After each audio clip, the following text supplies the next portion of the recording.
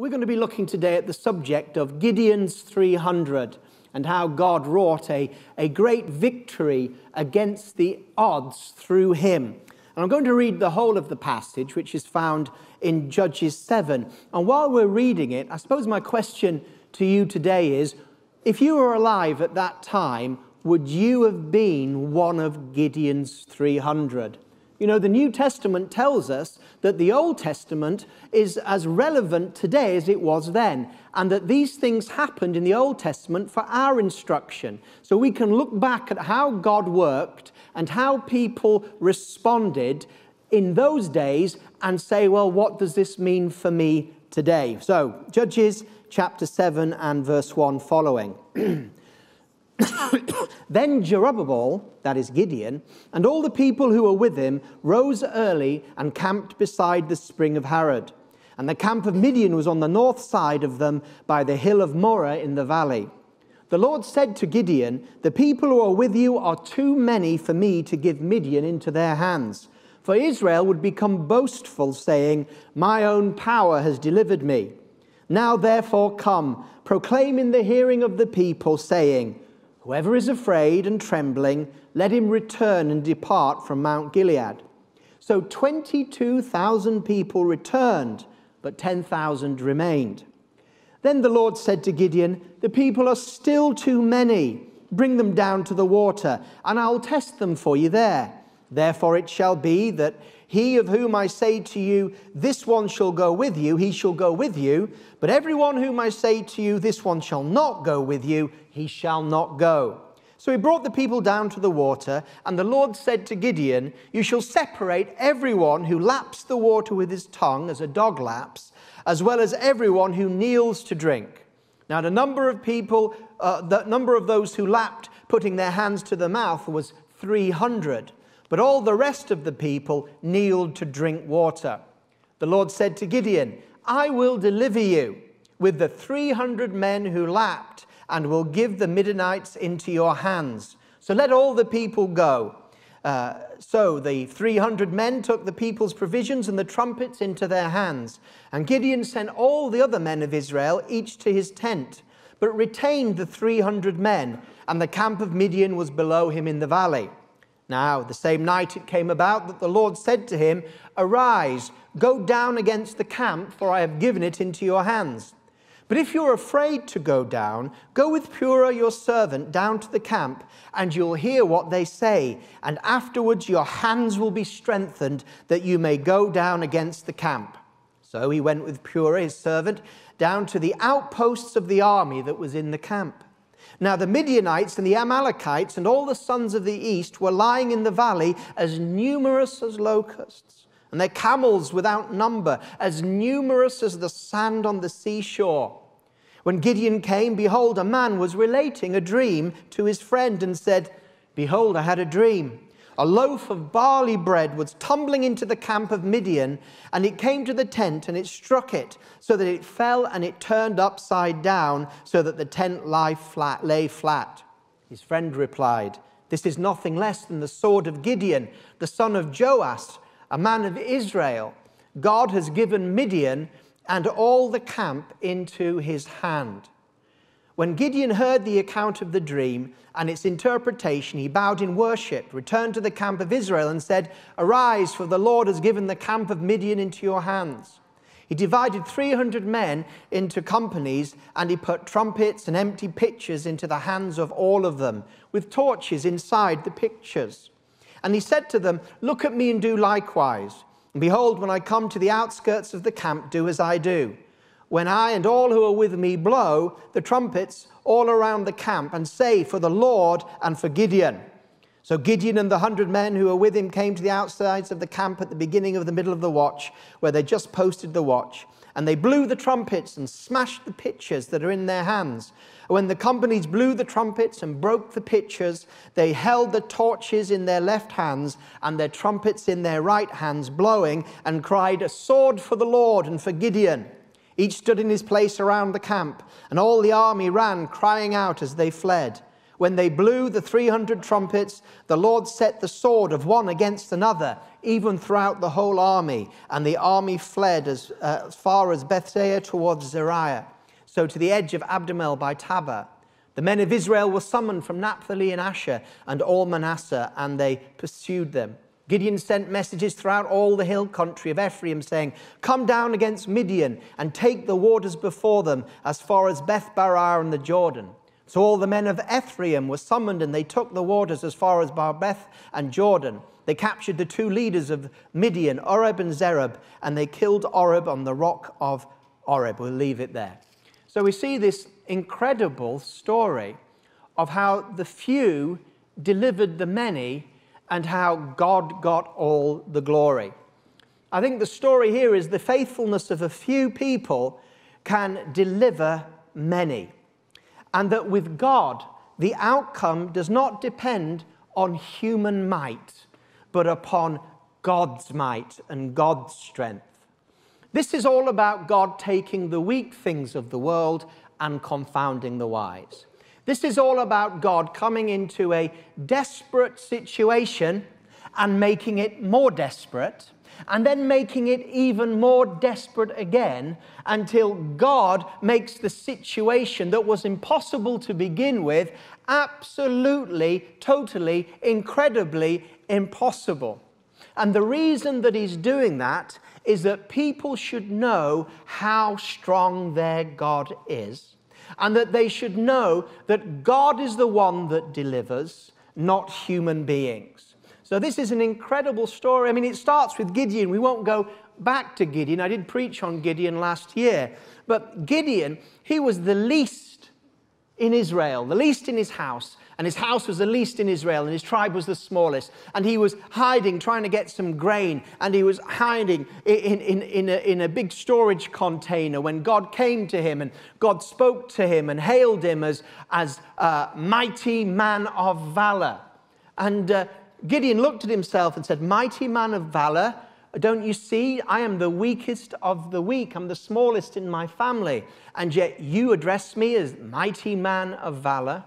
Well, God proved himself to Gideon, told him to get up and destroy the altars of Baal, which he did at night.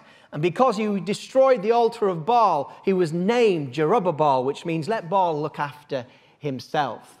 And so God took the tiniest, weakest, least warrior type person that you could imagine and decided that he would be with him. Because how many of you know that if you take one plus God, you're in a majority, even if the whole world is against you? So this is a great story to encourage us that God delights in doing the impossible, and also that God also delights in bringing impossible situations and circumstances about. There'll be times in your life when you faced impossible situations. And some of you may have a testimony over how you looked at yourself one day and thought, it's impossible. It's never going to happen. It's finished. It's over. But then God steps in his mysterious ways, and before you realize it, what you thought was impossible has not only become possible, it's actually taken place. Has anybody ever been there where you really honestly thought the circumstance or situation was all over? It was literally impossible, but somehow God mysteriously turned it around. Just wave at me if you do. So that's quite a few of us here. And you may have experienced that, and you may experience that again. It's typical of how God deals with his people in the Bible to allow them to become in impossible situations. And even when the situation is a bit difficult, God will often make that a bit difficult into totally impossible. He'll allow the thing to wind down so low that it just becomes, you laugh. Remember when Sarah laughed when the angel said, "You're going to have a child"? She laughed. She laughed because it wasn't just improbable, it was totally and utterly impossible. The situation had gone on for so long that it was, even Abraham, it said, in hope, Romans 4, he believed against hope because he knew the reality that His body was dead for baby making, and his wife's womb was dead for baby making. It was impossible. God had allowed it to descend into a total impossibility, so that when God came through, there was no doubt, not a little doubt, but no doubt that this was the hand of God. It wasn't the hand of God and 10,000 people or 20,000 people. So maybe on a good day, we might have carried the field anyway. This is a really important principle for you and I to understand, because it was the same principle that happened with Jesus. Now, Jesus never wavered in his faith and hope, but everybody else around him did. Even though he told them it was necessary for him to die, be put in the tomb, and rise again on the third day, they didn't take any notice of what he was saying. They must have thought maybe he was speaking figuratively, because the disciples knew dead men don't rise. And so when Jesus died, it was all over for everybody that was around him. They didn't believe any of the things that he'd said.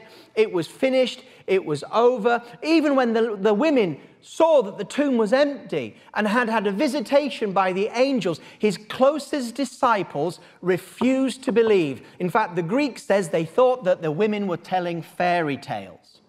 And so this is a principle. And on that day of resurrection, my God, can you imagine what it must have been like when you literally thought it was all over, all the hopes and the plans and the prophecies and the ministry and the 3 years that you'd followed Jesus, and now it's all over, it's finished. You saw them take him and bury him in the grave, but on the third day he's standing before you and he's saying, touch me, ghosts have no flesh and bone. Imagine the goosebumps. Imagine the flood of power and expectation that would cause you to be ready for a new Pentecost.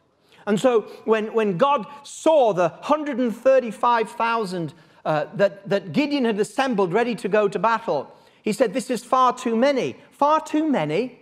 It was far too few to begin with, because there was 450,000 of the Midianites that were waiting in battle. You say, how do you know that? Well, if you go to Judges chapter 8, verse 10, it tells you how many were in there at the time. So you had 450,000 Midianites against 135,000. I misread my own thing. 135,000 Midianites against 32,000. So that's 450 to 1 odds against it. Even Betfair wouldn't give those types of odds. Not that we know anything about Betfair. 450 to 1 on. It's a total loss. 32,000 against 135,000. There's just no way you're going to win. And then God comes along and says there's too many.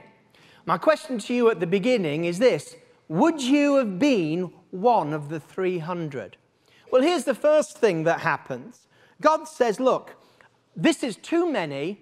I won't get the glory enough. You won't realize how powerful I am. You'll still think that you had some part to play in it, and that's not good, because I want you totally reliant on me 100% for 100% of the things. I don't want you going thinking it's half you, half me, 50% me, 50% God, or even 80% me or 20% God. I want you to be utterly, totally dependent on me so that you can experience the type of divine deliverance that is available for those who rely on God today in any circumstance that they face.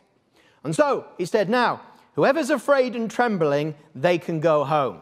So out of the 32,000, 22,000 left. Think about this. It was the opportunity. I'm sure everybody felt a bit of fear. After all, there was 32,000 of them, and later on in the description it said that the armies looked like locusts, and you couldn't even count the camels that were there. I think a lot of people would be, hoping that God was with them. But this opportunity to go back to the village, this opportunity to go back to the town, this opportunity not to fight. I mean, if it all goes wrong, you'll still have to live in oppression like you have for the last generation under the Midianites, coming and stealing your harvest and oppressing you, but at least you won't lose your life. And so many people fell at this first hurdle, and they returned. They weren't willing. They wanted change, but they weren't willing to fight for it. They weren't willing to believe God, to have courage, to say, I'd rather die than live as a slave under the Midianite power. They refused to believe God's man of power for the hour. And this wasn't just a TV statement. He really was. Gideon, although he looked like the weakest of them all, and in himself he was God's man of power for the hour, and God had put his hand on him, but they looked at him and they said, he's not the man. He's not the man. What they wanted was some sort of Saul figure, I guess. He was someone big and boastful and brash, and someone who didn't need God to make a statement, or didn't need God to make an impression. Gideon made no impression on those that are around him, except that God was with him. They wanted someone that even if God wasn't with him, they would make a suitable political and warrior impression on them. So they left. But those that stayed, at least they thought, we got to fight for something. We got to go where God's man of God is where God's man is taking us. We got to stand up and be counted. We have to face these fears sometime, or we'll always be subject to these fears. You know, when you stand up and you face your fears head on, usually they're not as frightening as you thought them to be. That's a really important thing to learn in life. Sometimes we dodge that which we fear. We go out of our way to dodge that which we fear, that which we worry. We don't want to face it head on, so we hide from it, or we take action to avoid it. There was a dog. I used to live in a village in the Yorkshire Dales. And on my way back from school in this very farming village, I had to come down a hill that curved where my house was. And in the house on the corner, it was a lovely house. It was a retired racing driver. They had an Afghan hound called Rana. Oh, okay, I get shivers just thinking about that. And I remember I was about 7 or 8 at the time. Every day I came back from school, I had to do the Rana run. The Afghan hound, they're about that big, or they are when you're at 7 or 8. And they had a big fence, but Rana, every time Rana saw me coming home, it would go for me. And it would go for the fence, and it would get higher and higher and higher. And then one day, it jumped the fence and came for me. Now, I don't know if it was playing or not. I ran down that hill as fast as I possibly could, and I made it to, and as I opened the door, it clipped my heel. Well, when I used to go home from that time, I didn't go down the road. What I did is I went over the hill, crossed the farmer's field, over the hedge, and then back into my garden, because I wanted to avoid Rana. But this was going on every single time. So one day, I just thought, I can't be going, it's getting dark, I don't want to go through the fields. So I went down, and Rana jumped the fence and came to me. But he came to me so quickly, I didn't have chance to run. Before I realized it, it was eye to eye. I had no option but to face my fear. I had no option. I would have run. So I'm not like one of, I would have run. And I just went, Rana, no! and Rana just stopped and wagged its tail. So I think there's a lesson in that. I wish I hadn't had to go through it to teach you it. But there's a lesson in that. You face your fear. And so these people, some of them wouldn't face their fear, and they went away fearful. And the problem was, when they got the victory, they knew no more about themselves than they did at the beginning. They enjoyed the victory that was to come, but they hadn't changed during that victory. They couldn't say, well, I was part of the victory. They would say to themselves, we got the victory, but I don't know if some problem would happen again. I don't know if those same fears are still in me. God will test us. God will try us. God will send us Afghan hounds called Rana. in order for us to stand up at the right time in the right way and say no to our fears, and then realize that there was nothing to fear all along. But that wasn't enough. And so there was only a few thousand of them left, 10,000. The 10,000 must be thinking, what are we doing? Well, here we are. We're believing God. And then God says to Gideon, still too many. It's already impossible, but God wants to make it so impossible that there's just no way it can happen. And so he says, they're too many for me, and I need to whittle them down. And I think Gideon must be thinking, how many is he going to do? He's going to take another 10 or 20 or something like that. And so we know the story, and the story is that they go to the water. There's many ways of interpreting the Hebrew here about who drinks and who laps and all that lot. I'm not going to get into that, but there's a principle here. And they find this water, and what happens in one version, or one way of looking at it is this, is you get two types of people. You get who would have become the 300, and what they do is they come to the water, and they're alert, and they're at watch, and they're very, very thirsty, so they take up the water, and they lap it from their hands. But they're on guard, they're alert, they haven't had to take their swords off their belts, they're careful, and they're the 300. And then the others, well, they just see the water, they're so parched with thirst that they just dive headlong inwards. They just put their head in the water and start drinking that beautiful, crystal clear. They're not thinking about the enemies. All they're thinking about is their immediate needs.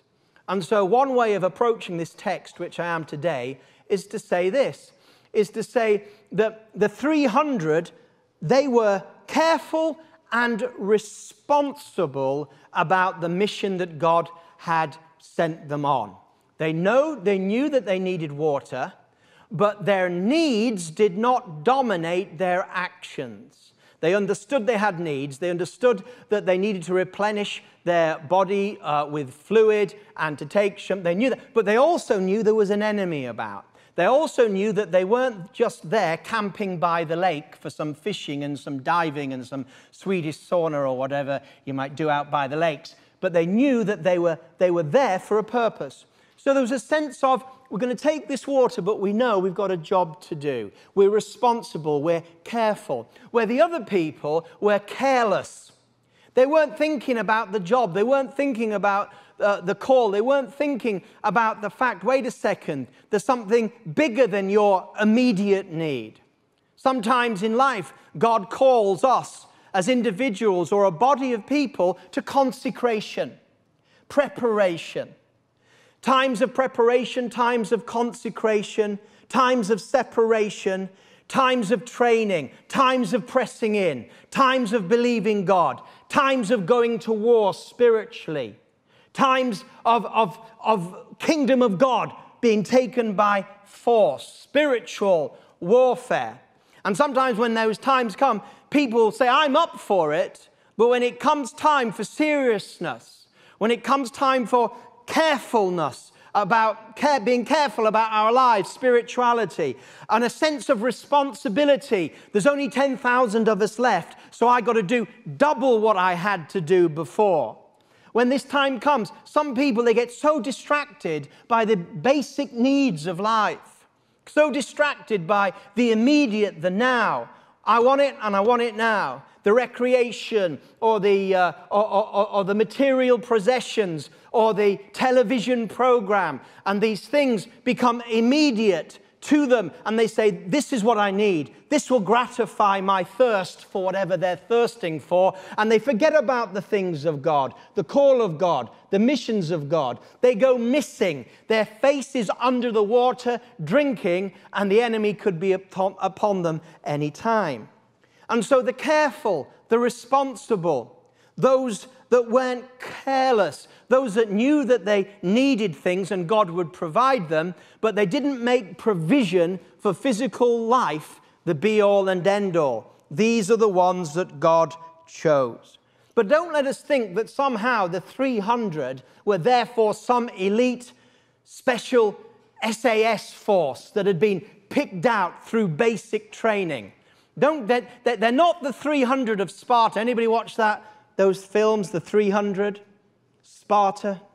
Nobody. What? Oh, here we go. Come on. You Swedish, you've watched it. You're too busy watching Vikings, weren't you? Vikings are harder than Spartans, I tell you what. I'd bet on the Vikings. Oh, no, I wouldn't. Bet 365 again, isn't it? No. It wasn't that they were some elite force like the Spartans, who were so elite, so hard, so strong in themselves, they didn't need God because they didn't have God, the Spartan 300, but they went through went through the enemy, like knife through butter. But it was all about them. These 300 were not elite. They were just like Gideon. But I tell you what they were believers. They were believers. They had got to the point where they knew. I mean, it was impossible with 32,000 against 130. 32,000, it was impossible. But the 300 within the 32,000 said, well, we know it's impossible, but we believe God. And then when it went to 10,000, it was even more impossible. But the 300 said, we know it's even more impossible, but it was impossible then. It's impossible now, but we believe God. And then when it was whittled down to the 300 believers, they said, well, hey, God could deliver with one. It was that kind of mentality that they would rather die believing God than run not believing him. They'd rather be part of the assault on the enemy and go down believing God than stay afloat with the rest by not believing God. Sometimes we need to come to a decision in our lives, whatever's going on spiritually or circumstantially, where we say this to ourselves. And this will be the turning point of your life. At that right moment and at that right time, you'll know it.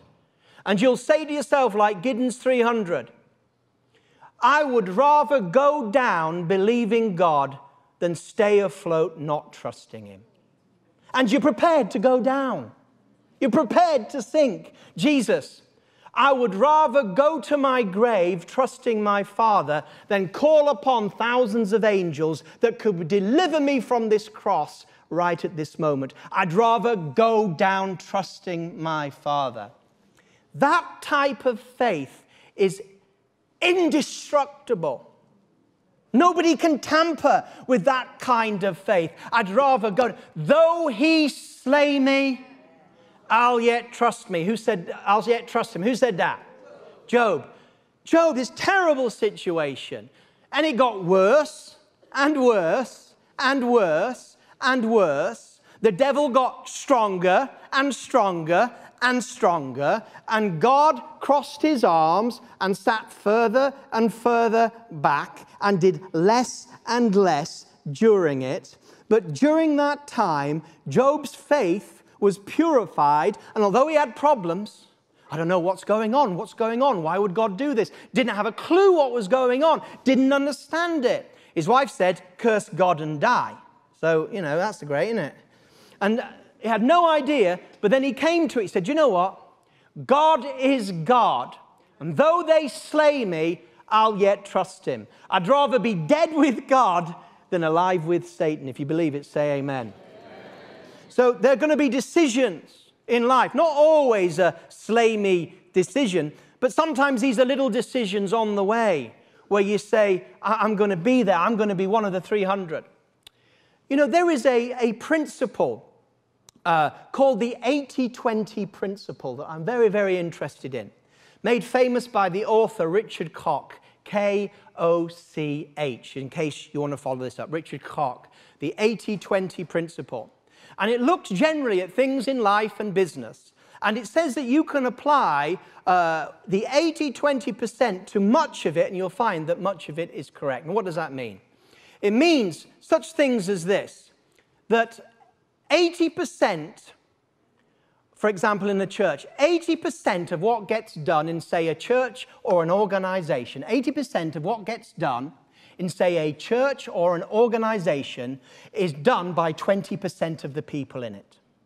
80% of what gets done, or thereabout, can be attributed to the ability and the sacrifice and the energy of the 20% in that church or organization. You look at the figures, you'll find they're true. Richard Koch, 80-20 principle. Also, in your life, you will find, generally speaking, that 80% of what you achieve is down to 20% of what you do.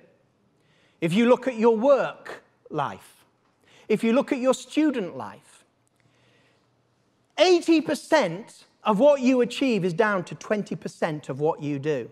You need to highlight where the profitable 20% is. So it's like if you're revising for an exam. You know, when I was young, I used to revise for hours and hours for an exam. I'd be up all day, and in the evening, Mum said, come down, you can't be effective with all that. And you know, she was right.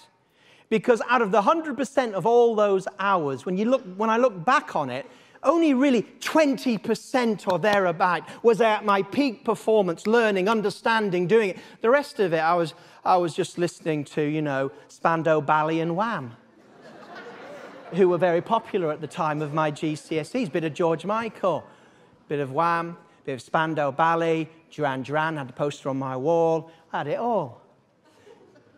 You'll find also that in companies that produce things, usually in companies that produce things, you'll find that 80% of their profits usually come from a highly saleable 20% of what they're merchandising, okay? I'm just saying, it's amazing how you can take this 80-20 and look at the 20% in your life or whatever you're talking about, and you will find, you'll be surprised, and the figures for it, that it's the 20% that counts. So it's not always the 80. It's not always about mobilizing everybody to do everything. In politics, it's not the majority that make things happen. It's a very small, energized majority that are going down to Parliament, they're going on the news, that this small minority of energized people are dominating the rest of what the majority do. So this is a principle. I just wanted to go down that way to give you another way of looking at it and to apply it to your life. Now, the 300 were a minority, and God was going to use them. It wasn't that they in themselves had the power to do this. But don't think that you need everybody on board to make great waves. 80-20 principle, I pressed that out. Now, to come to a close.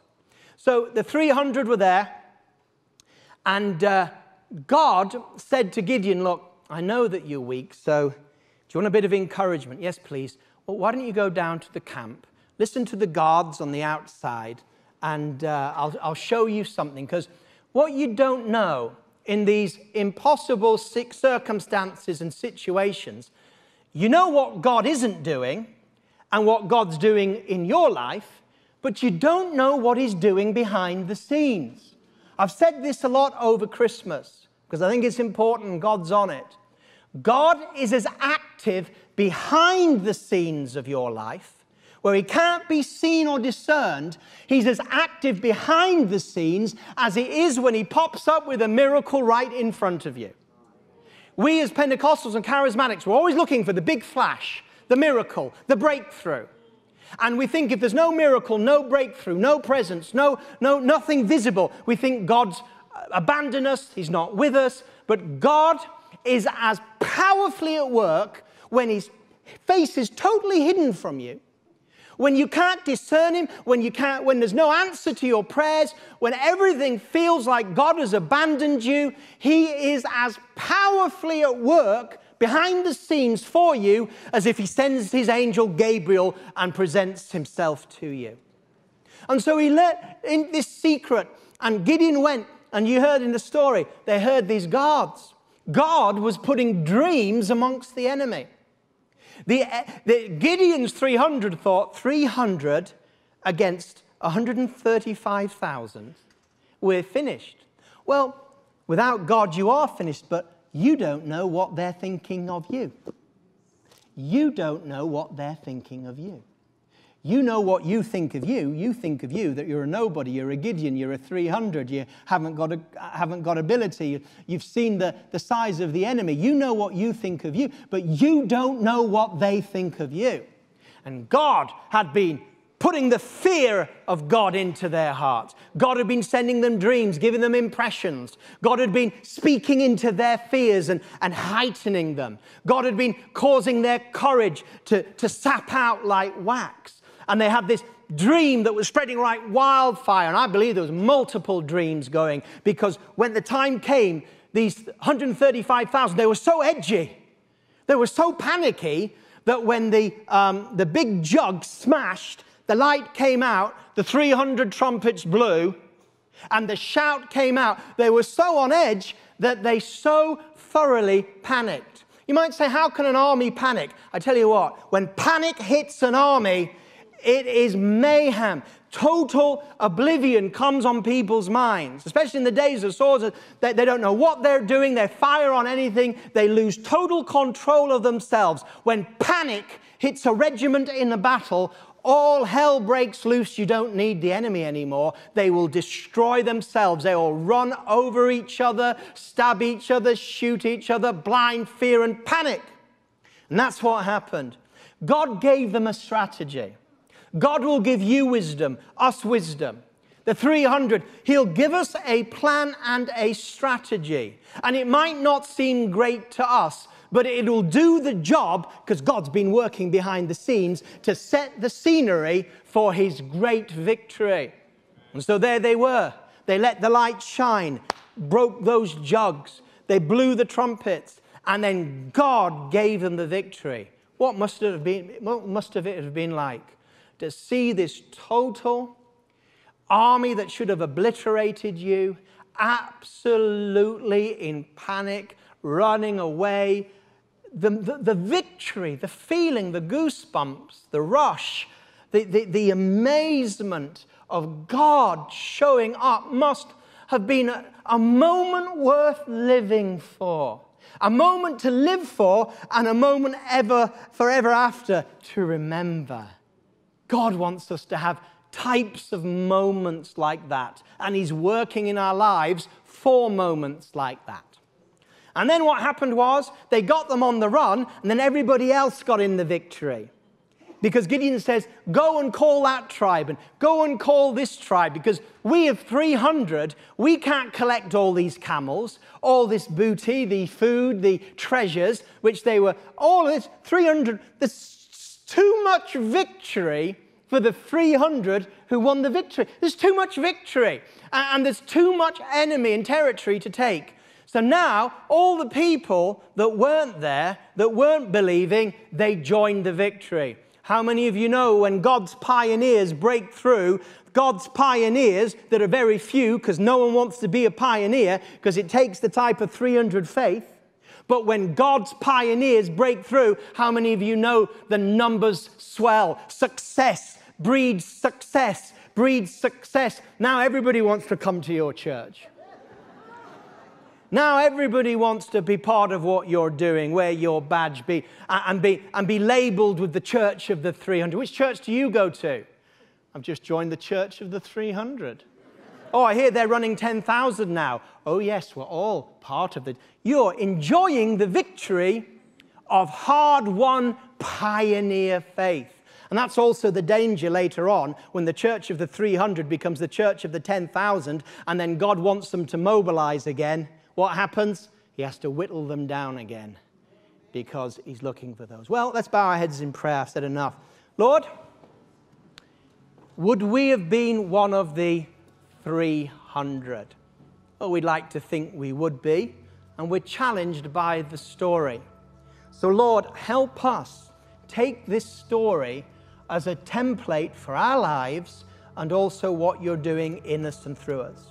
As weak as Gideon, as weak as the 300, but we can believe you, trust you, and we know that one day, even if we go down, you'll bring us back up with the resurrection victory of Jesus Christ of Nazareth. Maybe in your life, you thought, wait a second, that's not my Christianity. I just sort of like brought up a Christian. Just do the Christian thing. I didn't realize I could apply it to my very life, my very situation. Well, now you do. And now you know what God is doing and how he does it. He takes the weak things, the humble things, the contrite things. He takes the people who know they have no strength.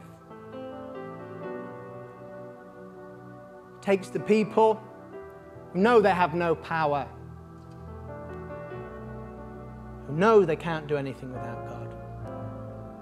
He takes those people, and then he does wonderful, amazing things in them and through them. And it's so precious because they know all along that whatever victory they get, it couldn't possibly be them. They're just the ones that trusted. But God saw their trust. And when you trust God, whatever you trust him in, however imperfect you're trusting, when you trust God, it's the most precious act of worship you could ever give him. And it's more precious than anything in this world. And in the age to come, your trusting of God will be your legacy and your Father in heaven's joy.